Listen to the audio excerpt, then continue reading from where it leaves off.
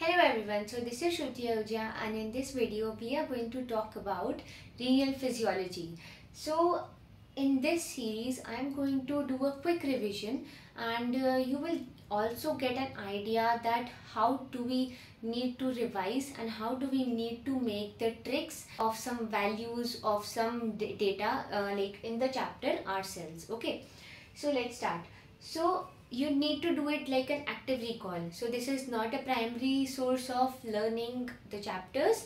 It is obviously a recall or revision kind of video which you can hear when you are done with your primary sources like reading the book or going through some app videos and making your own notes, and then to revise and to check your knowledge you can move on to these concept or recall revision videos. So first of all, functions of kidney. So there are four functions, mainly four functions. Rest you can add by yourself. So first of all, you need to know the water. So water content maintenance, okay, of water homeostasis. Second, what is inside water?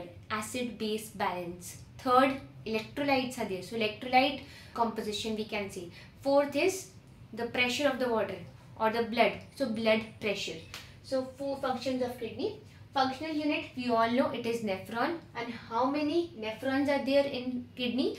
Around we say 80,000, we can say 0.8 to 1 million, okay, and weight of kidney is 150 gram. Next, structure of kidney, we all know this, just recall.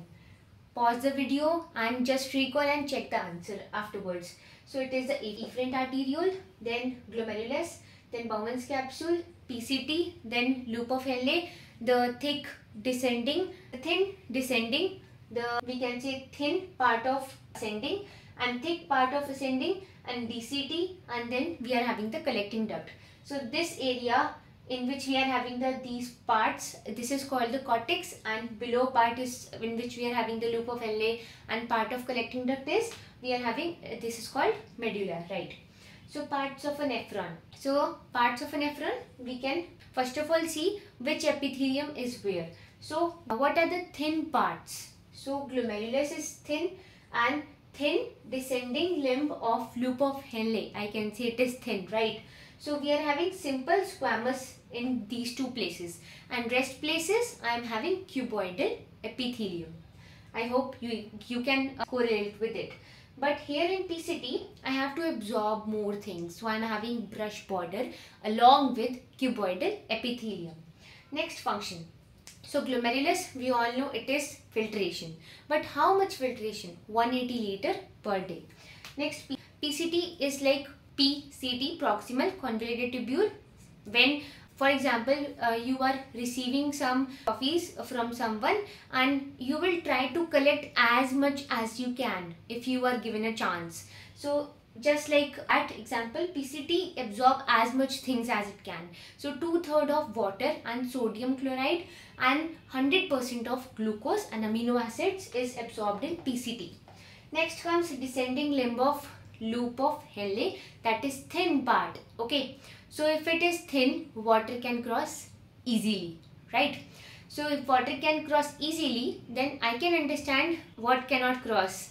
I can say those things, your solutes are not crossed from thin part, okay. So I can say it is the concentrating segment. And now ascending limb, which I am considering the thick part of ascending limb. This one here, now I am having the cuboidal cells. Solutes can cross better, but it is impermeable to water now. In DCT, I am having little like at water, sodium chloride, like 5% we say usually absorption is here, is present. Somewhat absorption is present. Now collecting duct, we are having aldosterone, ADH system, principal cells and intercalated cells.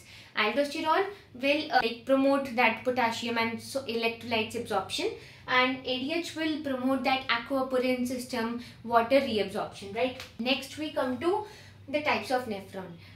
Just recall, pause the video. There are two types, cortical and juxtamedullary. So juxtamedullary means near to the medulla. So obviously location wise also we can make a diagram. One is in the cortex and one is in the near to the medulla. Okay, so location wise I have already told you cortex medulla, and percentage it is more 85%, and it is the 15%. Size of glomerulus, loop of Henle, here it is small and here it would be large. Okay, so capillaries, I am having the peritubular capillaries in cortex, and in medulla I am having the vasa recta.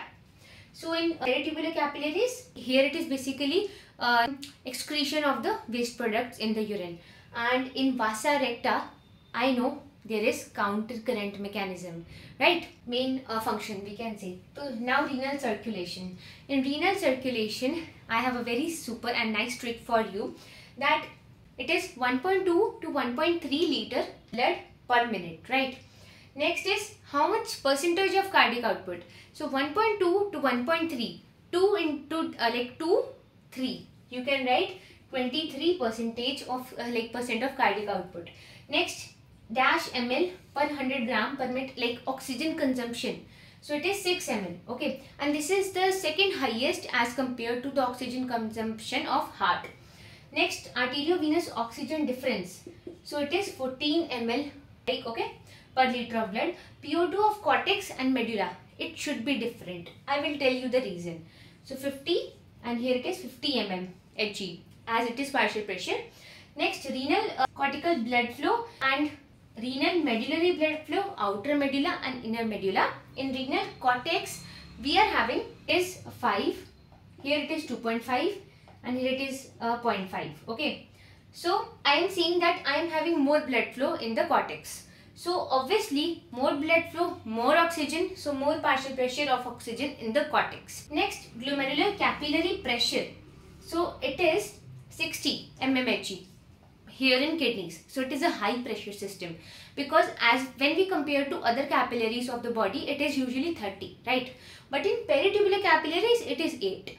So here I am having the 60 high pressure and low pressure, that is 8 in peritubular capillaries in series pattern. So it is the, we can say, unique place in the body where I can find this system in series. Next, what about renal circulation? You need to remember this order.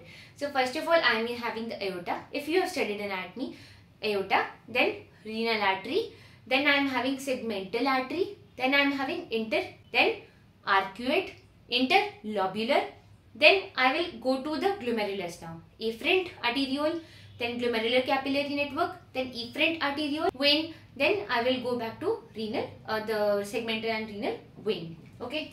So this was renal circulation. You have to just keep on remembering that. You have to learn that, speak that again and again. Then only you will able to learn it. So juxtaglomerular apparatus, I am having 3 types of cells. We will do it very quickly. That first of all, it is juxtaglomerular JG cells, and second it is the macula densa cells, and third is the mesangial or mesangial cells. Okay, so in the JG cells, where they are present, JG cells are in the basically the tunica media of the efferent arteriole.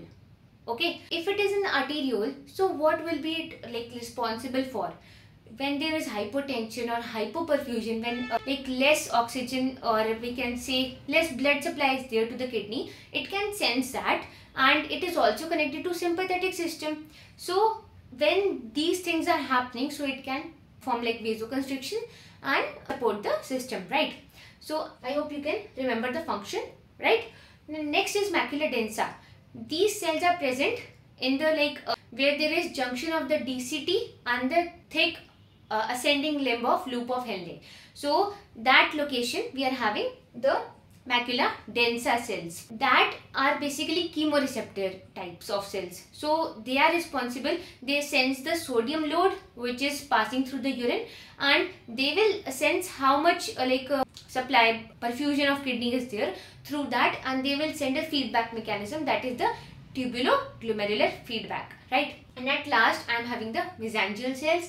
There are 2 different names of those mesangial cells. If you are interested, if you have watched the video till this end, do write that in the comment box, right? So these renal medullary cells, these type of cells, these basically secrete the prostaglandins. Which prostaglandin you have to find and write it in comment box. So if you found this video interesting and helpful, then do like it and do watch the next part also. I will keep bringing on such revision videos for you and me.